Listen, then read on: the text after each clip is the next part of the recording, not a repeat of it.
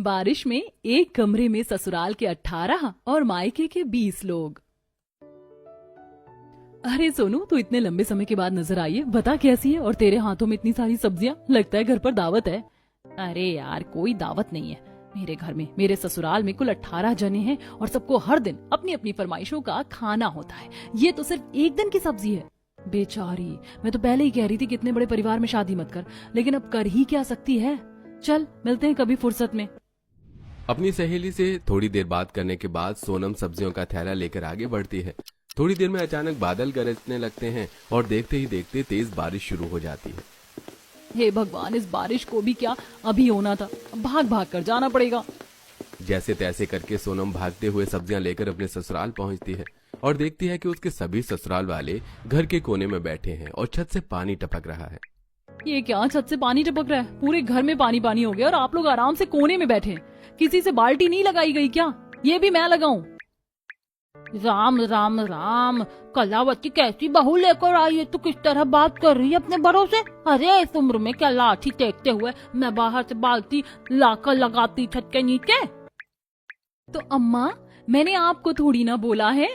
काम करने को इनकी कमर झुक जाती है, वरना पूरा दिन इधर उधर घूमती हैं तो कुछ नहीं होता। अरे कम से कम अपने आप बाल्टी लगा सकती हैं। अरे बहू, मेरी तो आंख लग गई थी, जब खोली तब तक तो छत से पानी टपकना भी शुरू हो गया था।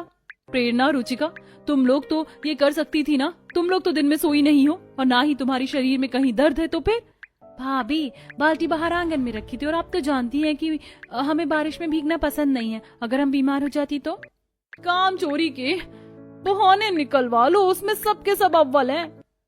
सब्जियों का थैला नीचे रखकर सोनम सबसे पहले फर्श पर गिरा हुआ सारा पानी साफ करती है और जहां जहां से छत से पानी टपकता है उसके नीचे बाल्टी लगा देती है और अकेले ही सबकी फरमाइशों का खाना बनाने लगती है। तभी तेज बारिश की वजह से चूल्हे के ऊपर वाली छत से भी पानी टपकने लगता है, जिससे बार बार चूल्हा बुझने लगता है। इस बारिश ने तो नाक में दम करके रख दिया है। अनुज, एक बार जरा छत पर तो जाकर देखो, और कुछ हो तो छत को अच्छे से ढक देना। बार बार चूल्हे पर पानी टपक रहा है। भाभी, आप बारिश में मुझे बाहर जाने के लिए कैसे कह सकती हैं?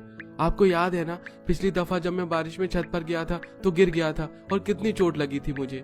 एक से एक छम्मक छल्लो भरे हैं मेरे ससुराल में। कहने को तो 18 लोग हैं, लेकिन एक भी काम का नहीं है।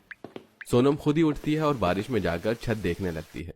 खाना खाने के बाद जब सोनम खुद खाना खाने के लिए बैठती है कि तभी दरवाजे पर खटखट होती है, लेकिन कोई भी दरवाजा नहीं खोलता।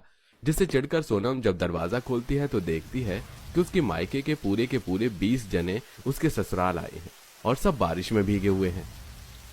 ये भगवान, माँ, बाबूजी, भैया, भाभी, आप सब लोग यहाँ इस तरह अचानक? आप सब लोग पहले अंदर आइए। सभी 20 लोग घर के अंदर आते हैं और अब सब कपड़े बदलकर बैठ जाते हैं। बताइए, कैसे आना हुआ आप लोगों का? हमारे गांव के पास वाला जो बांध था